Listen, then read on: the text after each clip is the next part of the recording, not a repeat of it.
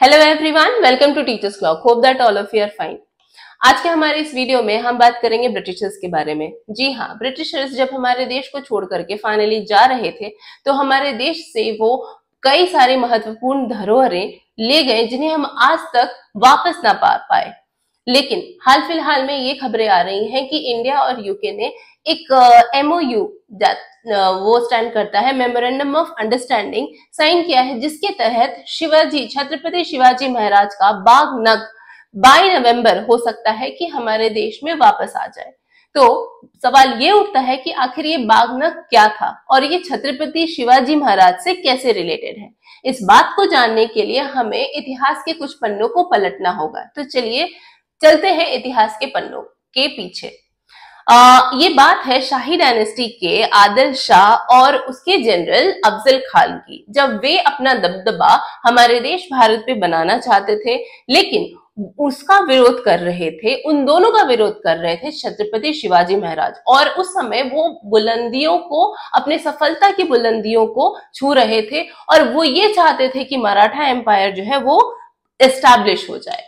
अब इसी के तहत आदिल शाह वो इतना आतुर हो चुका था कि उसने अपने जनरल अफजल खान को ये फरमान जारी किया कि एक बहुत बड़ी सेना लेकर के वो छत्रपति शिवाजी महाराज पे और उनकी सेना पे धावा बोले और किसी भी कीमत पे उनको जिंदा या फिर मुर्दा उसके सामने पेश करे।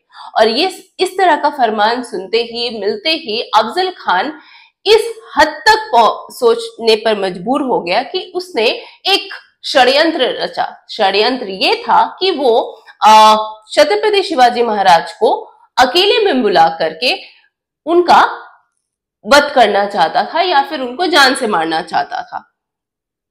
इस बात से पूरी तरीके से, इस षड्यंत्र से पूरी तरीके से शिवाजी महाराज भी अवगत थे। वे अपने वस्त्र के अंदर एक लोहे से बना हुआ कवच पहनकर गए।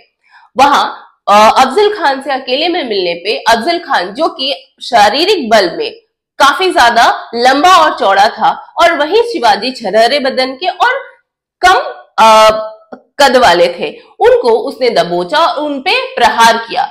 प्रहार करते ही वो तो शुक्र मानिए कि वो जो कवच था उससे शिवाजी महाराज बच गए और अगले ही क्षण शिवाजी महाराज ने उस बाघ नख से उसके पेट को, यानी अफजल खान को पूरी तरीके से धर दबोचा और उसका जो पेट था उसको पूरी तरीके से फाड़ दिया। ये उनकी और मराठा एम्पायर की बहुत बड़ी विजय साबित हुई। और ये बाघ नख जो था, ये देखने में अगर आप देखें तो ये लोहे से बना हुआ, लोहे धातु से बना हुआ एक ऐसा टूल कह ले या फिर टूल ही कहेंगे, एक ऐसा टूल था जो कि एक बाघ के पंजों की तरह दिखता था। छत्रपति शिवाजी महाराज का यही बाघ नग आज तक लंदन के विक्टोरियन एंड एल्बर्ट म्यूजियम की शोभा बढ़ा रहा था। लेकिन इंडिया और यूके के रीसेंट MOU की बात करें तो ये नवंबर में, जैसा कि मैंने कहा, हमारे देश में आने वाला है। और लेकिन इसमें थोड़ा सा एक कॉमा या अल्प विराम ये है कि ये हमारे देश में सिर्फ 3 साल तक रहेगा। खैर, वो तो अलग ही बात है। आपका इस बारे में क्या सोचना है? क्या आप उन धरोहरों से अवगत हैं जो हमारे देश से ब्रिटिशर्स या फिर अंग्रेज लेकर चले गए थे? आपका क्या मानना है कि वो सारी धरोहरें हमें वापस मिलनी चाहिए या नहीं? और उन धरोहरों में से कौन सी ऐसी कुछ बहुत ही अत्यधिक जरूरी, इंपॉर्टेंट, सिंबॉलिक और हिस्टोरिकल धरोहरें हैं जिन्हें आप जानना चाहते हैं? Do let us know in our comment box. हमारे इस वीडियो को लाइक और शेयर जरूर करें। Hope that this will help you. मिलते हैं इसी तरह की नेक्स्ट वीडियोस में आगे भी। Till then, take very good care of yourself. हाँ, हमारे चैनल पे न्यू है तो please subscribe our channel. Thank you very much.